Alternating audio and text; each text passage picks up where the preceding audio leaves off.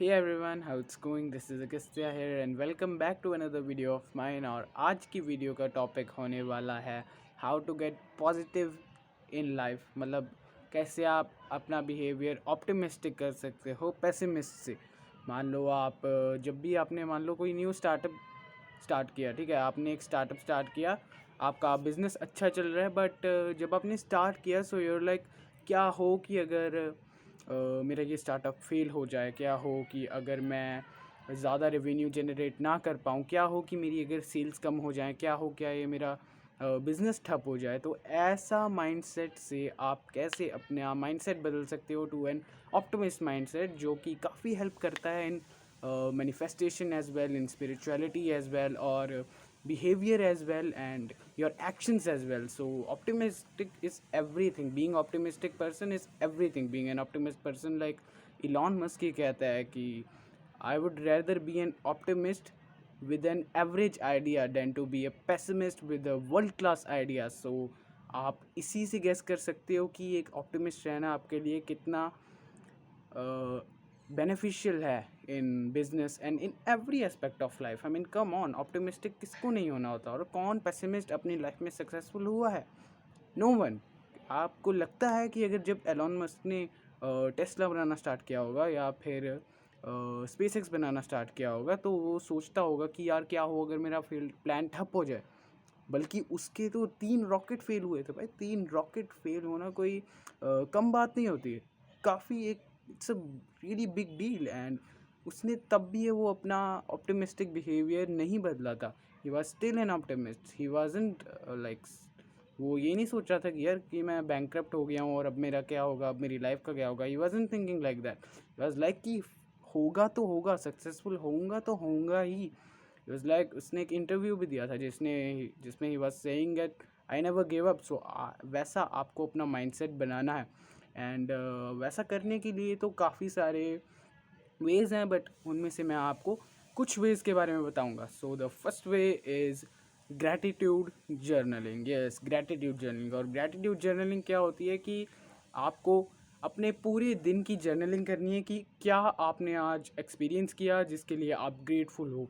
जब जब आपने स्माइल की, जब जब आपको काफ़ी हैप्पी फील हुआ, काफ़ी अच्छा फील हुआ, जिसके लिए आप ग्रेटफुल हो टू गॉड, टू एनीबडी, जिसके लिए आप किसी पे भी ग्रेटफुल हो। You are grateful to your mom, you are grateful to yourself कि आपने ये एक्शन लिया। तो आपको वो ग्रेटिट्यूड जर्नलिंग स्टार्ट करनी है। जैसे कि मैं ग्रेटिट्यूड जर्नलिंग करता हूँ, so what I do is कि मैं रात को करता हूँ। पहले बात तो आपको एक फिक्स टाइम रखना है ग्रेटिट्यूड जर्नलिंग करने का। एक फ़िक्स टाइम, मतलब ऐसा नहीं होना चाहिए कि आप एक दिन सुबह ग्रेटिट्यूड जर्नलिंग कर रहे हो और एक दिन रात को, एक दिन शाम को, एक दिन दोपहर। ऐसा नहीं होना चाहिए। एक फ़िक्स टाइम रखना है डेली। आपको एक भी दिन मिस नहीं करना है, रियली एक भी दिन मिस नहीं करना है। एक भी दिन मिस कर दिया तो मोमेंटम चला जाता है, और मोमेंटम चला गया तो कुछ अच्छे सी चीज़ें ठीक नहीं बैठती हैं। So you actually need momentum to start, momentum to get that energy down. और एक बार मोमेंटम आ गया तो then you will be like on fire, you will be like slaying everybody.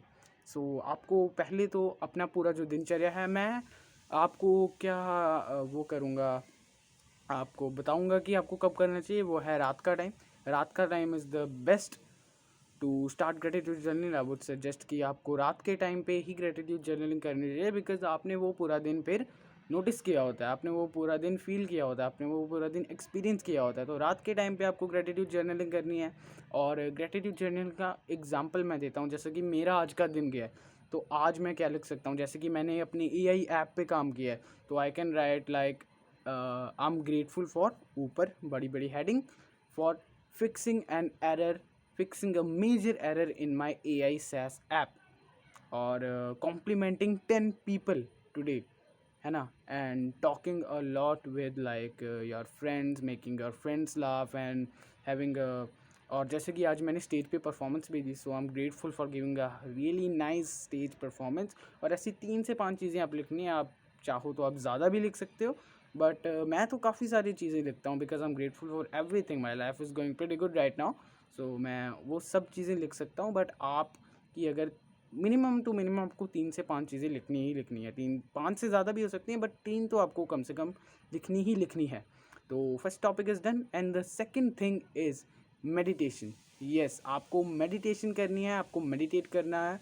And काफ़ी लोग मेडिटेशन को ढंग से नहीं करते हैं, मतलब ऐसे ही उड़ते उड़ते कर लेते हैं, और पहली बात तो उनको पता नहीं होता कि उनको ठीक से मेडिटेट कैसे करना है।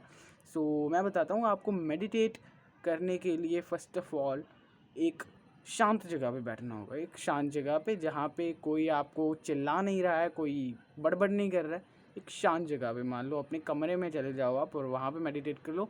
मैं यूजुअली क्या करता हूँ कि मैं अपनी सबसे ऊपर वाली छत पे आ जाता हूँ जहाँ पे कोई नहीं होता। यहाँ पे कोई नहीं है, मैं वीडियो रिकॉर्ड भी यहीं करता हूँ और मेडिटेट भी यहीं करता हूँ। तो मैं यहाँ पे आ जाता हूँ और फर्स्ट ऑफ ऑल आपको वार्म अप करना होता है, डीप ब्रेथ्स लेने होते हैं, काफ़ी डीप ब्रेथ्स, और स्लोली ब्रीथ करना होता है, बिल्कुल स्लोली, बिल्कुल स्लोली। कोई फास्ट फास्ट फास्ट हरी में नहीं रहना होता आपको, एक बिल्कुल स्लोली ब्रीथ करना होता है, एकदम जैसे कि अपनी आँखें आपको पहले तो बिल्कुल रिलैक्स कर देनी है, बिल्कुल ही रिलैक्स, अपनी बॉडी पूरी रिलैक्स कर देनी है। ये ऐसे ऐसे करके, जैसे मेडिटेशन करने में बैठते हैं वैसे ऐसे हाथ रखना है आपको, देखिए ऐसे ऐसे हाथ रखना है और अपने नीज़ पे हाथ रख लेना है ऐसे, और आपको फिर अपनी आंखें बंद करनी है। और जो भी थॉट्स आपके दिमाग में आएंगे ना, कुछ लोग क्या करते हैं कि उनके दिमाग में ऐसे रैंडम थॉट्स आने लगते हैं जब वो मेडिटेट करने लगते हैं, तो उन रैंडम थॉट्स पे आपने ध्यान, ऐसा नहीं है कि आपने ध्यान नहीं देना है, ऐसा हो कि आप उनको इग्नोर करने लग जाओ। No, don't ignore them. वो आपके दिमाग में आ रहे हैं, let them be there.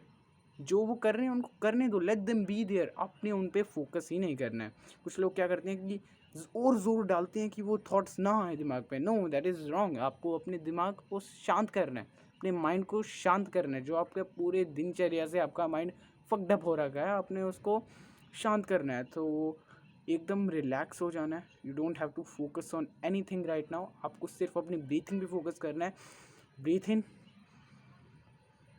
Breathe out, ऐसे करना है आपको। सो मेडिटेशन कर ली, and meditation is really a cheat code. Meditation आपका अटेंशन स्पैन फिक्स करता है, मेडिटेशन आपको स्पिरिचुअली कनेक्ट करता है, मेडिटेशन आपको न्यू आइडियाज़ पे फोकस करता है, मेडिटेशन आपको नेचर से कनेक्ट करवाता है, मेडिटेशन आपको मोस्ट इम्पॉर्टेंटली गॉड से कनेक्ट करवाता है, एंड दैट रियल गॉड, मतलब आपको ऑलमाइटी से कनेक्ट कराता है। सो स्पिरिचुअलिज्म ये सब वगैरह में अगर आप मानते हो, सो आपको मानना तो चाहिए वैसे भी। सो मेडिटेशन के काफ़ी सारे फ़ायदे हैं, मतलब मोर देन, मतलब फिज़िकली भी हैं, मेंटली भी हैं, और मोस्ट इम्पॉर्टेंटली मेंटली फ़ायदे काफ़ी हैं। बिकॉज मैं ये एक्सपीरियंस से कह रहा हूँ, मुझे 1 मंथ हो गया है ईजिली रोज़ मेडिटेशन करते हुए। And the most important thing is कि आपको रोज़ करनी है मेडिटेशन, और इसका फ़िक्स टाइम आप रख सकते हो। येस, फ़िक्स टाइम होना ज़रूरी है, बट मेडिटेशन आपको रोज़ के रोज़ करनी है। 1 डे भी आपको मिस नहीं करना है। बिकॉज मेडिटेशन का क्या है कि ये कॉम्पाउंड इंटरेस्ट जैसा है। अगर आप रोज़ रोज़ करते जाओगे तभी से आपके इसको बेनिफिट मिलेंगे। मान लो अगर मान लो एक पर्सन है जिसने 1-1 घंटा 1 हफ्ते के लिए की मेडिटेशन, और दूसरे जगह एक बंदा है जिसने 10-10 मिनट 6 महीने के लिए कर ली मेडिटेशन।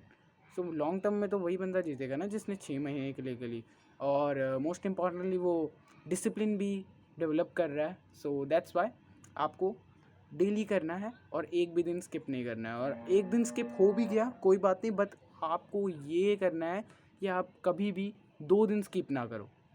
ओके, तो ये भी डन है।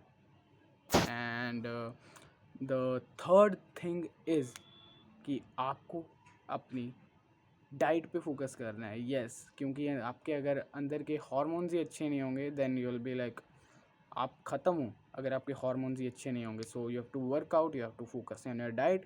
और अंदर से अगर आपका टेस्टोस्टेरोन ज़्यादा होगा, सो आपको अच्छे थॉट्स ही आएंगे। And I know this sounds a bit odd, but it is guys, it is really true. Because अगर आप अच्छी डाइट नहीं ले रहे हो, अगर आपका प्रोटीन इंटेक पूरा नहीं है, अगर आपकी वाइटामिन्स या मिनरल्स पूरे नहीं हैं, देन आपका माइंड भी फक्ड अप ही रहेगा। आपका माइंड भी वैसा ही रहेगा जैसा आप उसको इनपुट दे रहे हो। आपका माइंड तो वैसा ही आउटपुट देगा ना यार, है ना। तो this is all, and thank you for watching till here. And मैं मिलूँगा आपसे नेक्स्ट वीडियो में, तब तक के लिए बाय बाय।